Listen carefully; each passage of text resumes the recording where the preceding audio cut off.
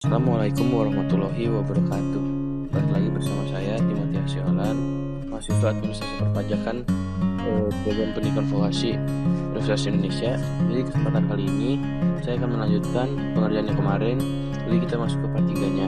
Part 3-nya ini adalah tentang rekonsiliasi fiskal dan mengisi lampiran 17/1 bagian 1. Nah ini. Tapi sebelum ke lampiran ini, kita ke rekonsiliasi fiskalnya dulu ya. Jadi kita langsung aja ke rekonsiliasi fiskalnya. Nah, jadi yang netsel ini adalah koreksi fiskal yang sudah saya kerjain sebelumnya. Kalian tahu gak sih rekonsiliasi fiskal itu apa?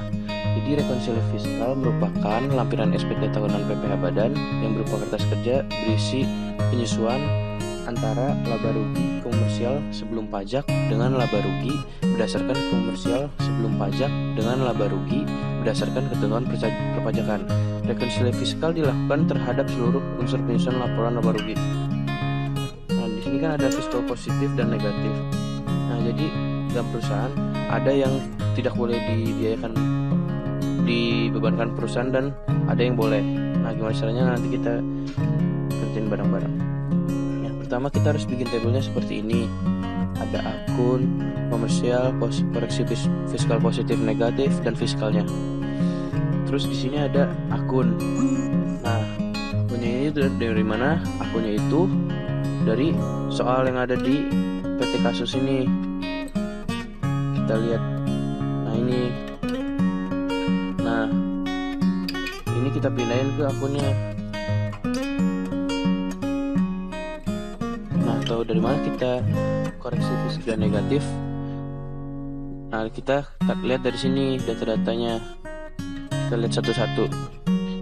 Kita langsung ke satu aja ya. Pertama, perhitungan terus menggunakan mekanisme pencadangan. Sedangkan selama tahun 2018 terdapat rekor penjualan sebesar 180 juta atas barang yang rusak dan diklaim oleh pelanggan. Nah, jadi ini sebenarnya rekor penjualan itu awalnya 271 juta, ternyata tahun 2018 itu cuma 180 juta doang yang diperbolehkan. Karena mekanisme pencadangan rekor penjualan itu tidak diperbolehkan. Jadi harus dikoreksi. Nah, kita masukin 180 jutanya ke fiskalnya. Terus kita koreksinya tahu dari mana? Nah, ini selisihnya 271 juta dikurang 180 juta, yaitu jadi dia mengurangi biaya. Jadi koreksi di positif. Terus yang kedua, untuk diskon penjualan, perusahaan menggunakan metode pencadangan juga, namun terrealisasi pada tahun 2018 adalah 230.904.000. Nomor 2 ini sama kayak yang nomor 1. Jadi yang terrealisasi itu cuma 230 juta sekian. Dari awalnya 103 juta. Jadi dia harus dikoreksi sesuai dengan PPh ayat 9. Jadi ini dikoreksinya tinggal selisih antara fiskalnya dengan komersialnya. Biasanya itu yang dikoreksi.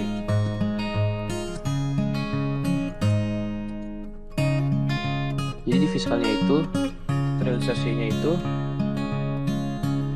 127.803.000. 127.803.000. Sekitar 127 juta.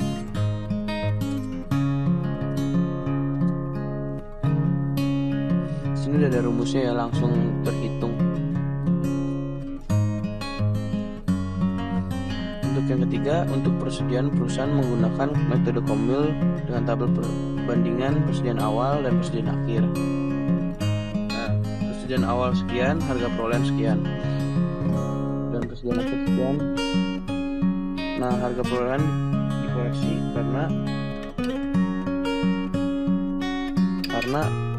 di rekonsiliasi fiskal itu yang dipakai itu harga yang lebih rendah. Sedangkan kalau di fiskal yang boleh digunakan itu harga perolehan.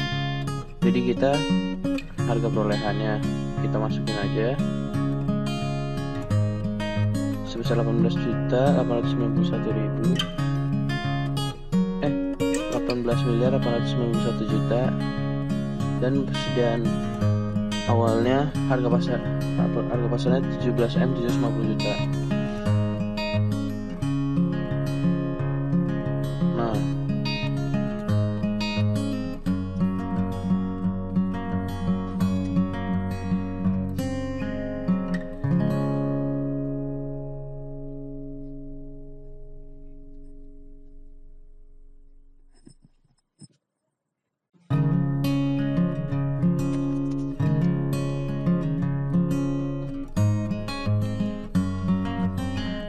yang keempat, selanjutnya nomor 4, dalam biaya pembelian sebagian besar barang dagangan diimpor dari luar negeri. Jadi itu nggak usah dikoreksi ya, kita lewatin aja. Langsung nomor 5, dalam biaya gaji dan tunjangan terdapat penggunaan PP pasal 21 ditanggung oleh perusahaan 29 juta, lembur 80.310.000 dan tunjangan makan siang sebesar 34 juta dan bonus yang dicadangkan 120 juta. Nah, ini kan ada 4. Kenapa yang dimasukin 2?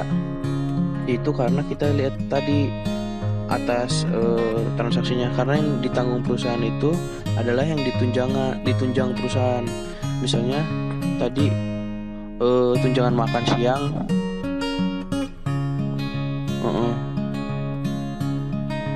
jadi kita koreksi yang 29.500.000 dan 120 juta.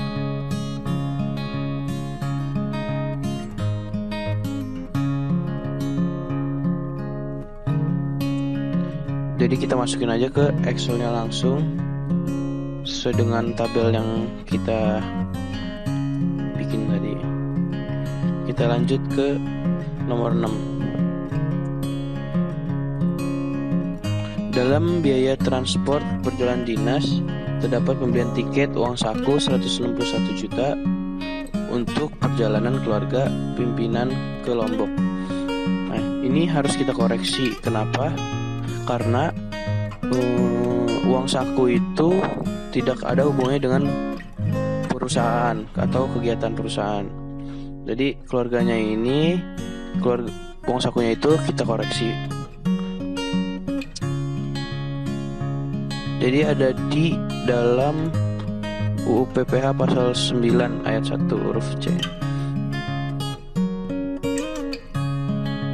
Nah, ini salah satunya, kita harus koreksi 161 jutanya. Nah, ini tinggal masukin aja komersial dikurang koreksi positif, hasilnya jadi 197 juta. Sewa terdiri dari sewa kendaraan operasional untuk 3 tahun mulai Januari 2018 besar 72 juta, sewa komputer 30 juta, dan sisanya adalah sewa mes buat karyawan. Jadi pertama kita cari dulu sewa mes untuk karyawan. Cari biaya sewa itu totalnya 244.500.000, terdiri dari kendaraan operasional, mes karyawan juga sewa komputer. Sisanya itu 142 juta. Nah, yang dikoreksi mes karyawan. Yang dikoreksi itu sewa kendaraan operasional dan komputer. Kenapa 48 juta? Karena 3 tahun itu sebesar 72 juta. Berarti 1 tahunnya itu 24 juta.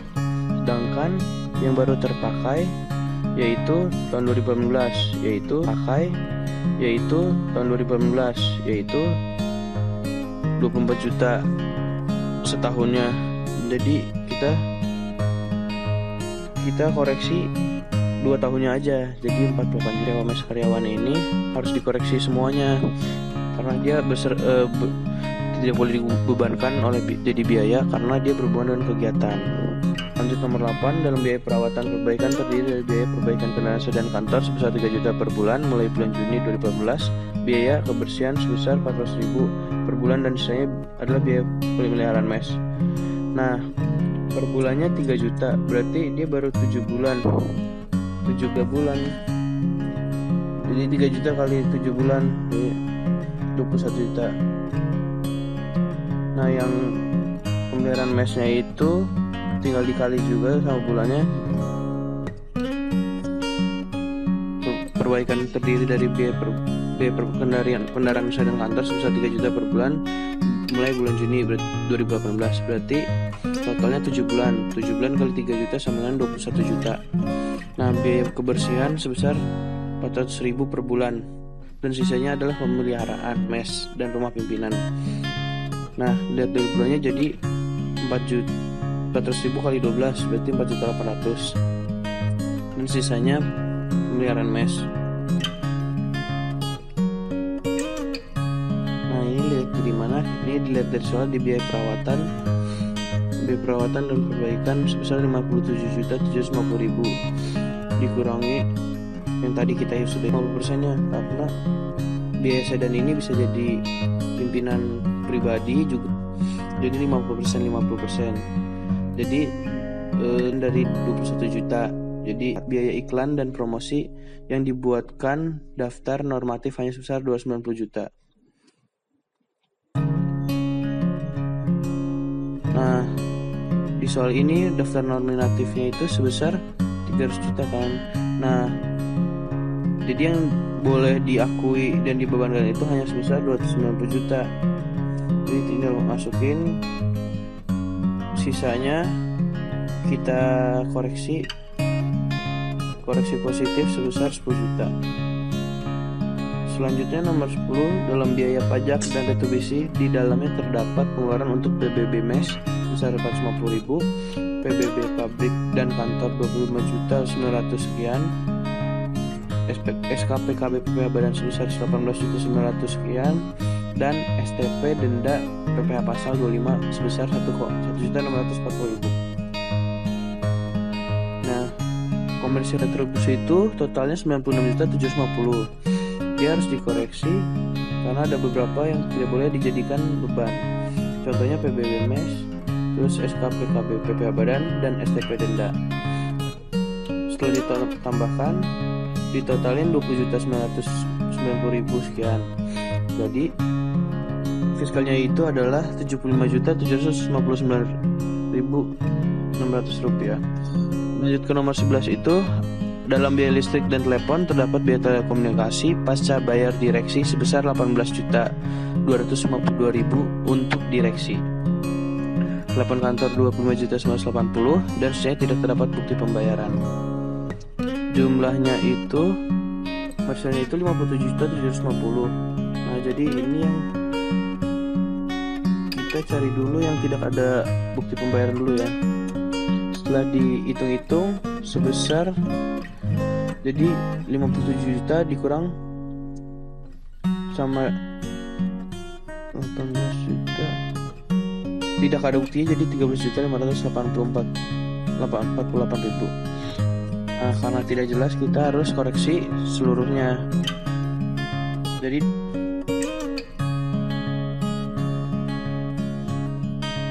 ini digabungin. Kita pasca bayarnya ini dikoreksinya hanya setengahnya ya, 50% dari pasca bayarnya. Jadi yang dipakai itu 9.100.000 ditambah 13.548.000, totalnya itu 25.950.000. Dalam biaya lainnya termasuk pengeluaran untuk sumbangan untuk kebakaran. Biaya lainnya termasuk pengeluaran untuk sumbangan untuk kebakaran di Tambora sebesar 25 juta. Biaya penelitian dan pengembangan riset EAC 45 juta, serta pengeluaran lain yang tidak terdapat bukti pendukung sebesar 22 juta. Jadi dari 117 juta ini yang boleh dijadikan biaya adalah biaya penelitian ini 45 juta. Jadi untuk sumbangan kebakaran itu harus dikoreksi. Nah, ini 25 juta dikoreksi semuanya full. Jadi 117 juta dikurang itu sama dengan 70 juta. Selain biaya-biaya, perusahaan itu juga mempunyai penghasilan. Nah, di sini ada 3 penghasilannya. Yang pertama, penghasilan bruto bunga deposito tabungan dari Bank Mandiri sebesar 9, dividen sebesar 650 juta. Penghasilan itu rumusnya terbalik dari biaya. Kalau misalnya biaya komersial dikurang positif ditambah negatif, penghasilan itu komersial. Jadi bunga deposito kan final, jadi dia nggak boleh dijadiin biaya, jadi dia harus dikoreksi. Untuk menguranginya dikoreksi negatif, jadi biar hasilnya 0. Untuk penghasilan dividen dari 650 juta dari Thailand itu harus dikoreksi.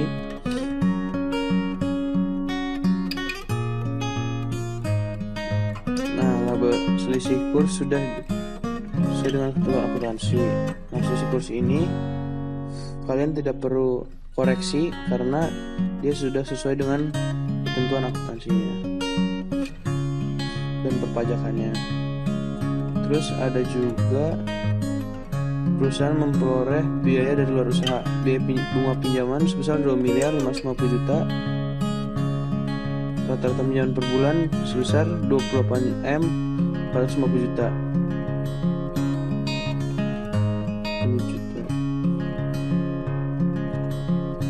Dan per bulan yang ditempatkan dalam deposito itu 3.125 juta. Nah, jadi yang pertama itu kita taruh di biaya bunga pinjaman itu sebesar sesuai yang ada di kasus 2.550 juta. Nah, kenapa taruh di sini sebesar 2.550 juta? Nah, ini itu tinggal dimasukin rumus kan, ada hitungannya. Yang boleh dibebankan itu hanya yang ini yang 28 miliar dikurangin dengan yang 3 miliaran. Hasilnya itu 2 miliar 200. Bentar saya hitung.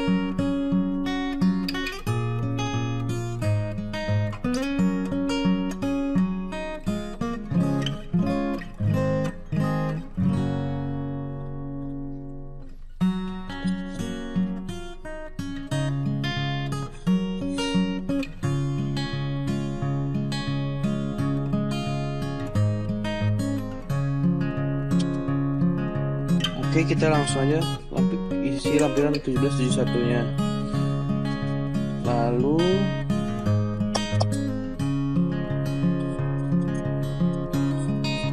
kita langsung isi lampirannya.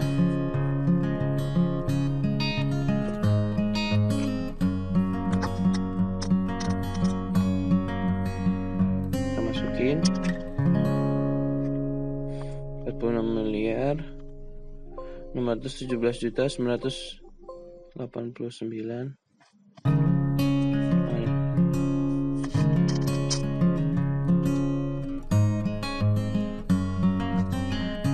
Nah, jadi dia bakalan otomatis terhitung ya. Udah rumusnya dari sananya, formula dari SPT-nya. Nah, terus ada penghasilan dari luar usaha. Nah, itu tinggal dipindahin lagi. Kalau ditambahin 2 miliar 20 juta, tinggal kita isi. Nah, sudah kita isi.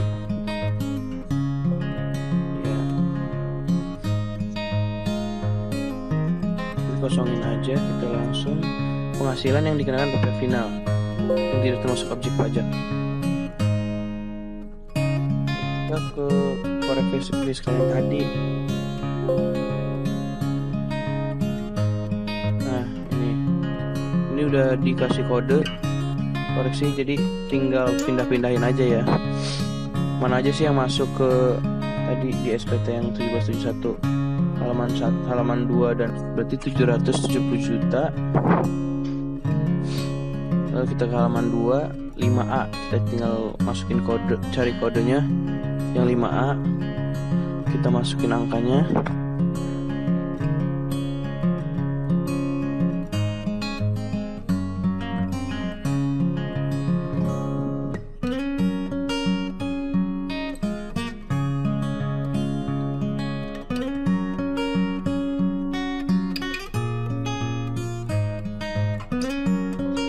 Tinggal kita pindah-pindahin aja ya sesuai dengan kode koreksinya.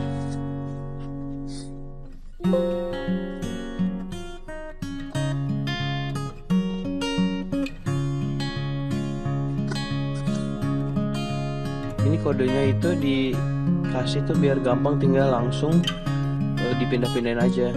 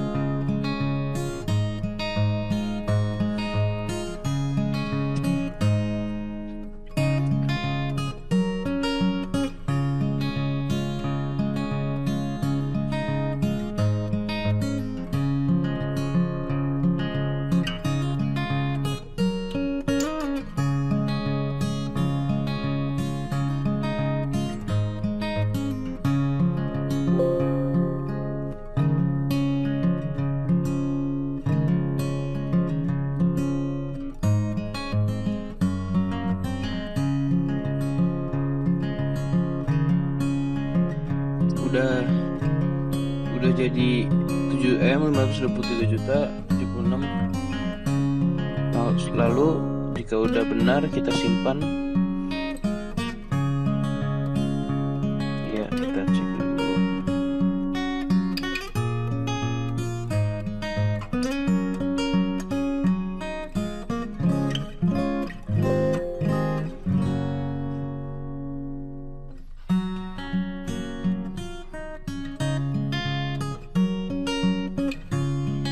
Nah, ini setelah sudah terisi, jadi kita langsung simpan. Apakah data akan disimpan? Disimpan.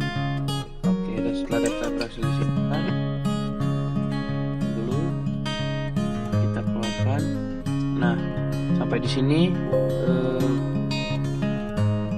penjelasan yang bisa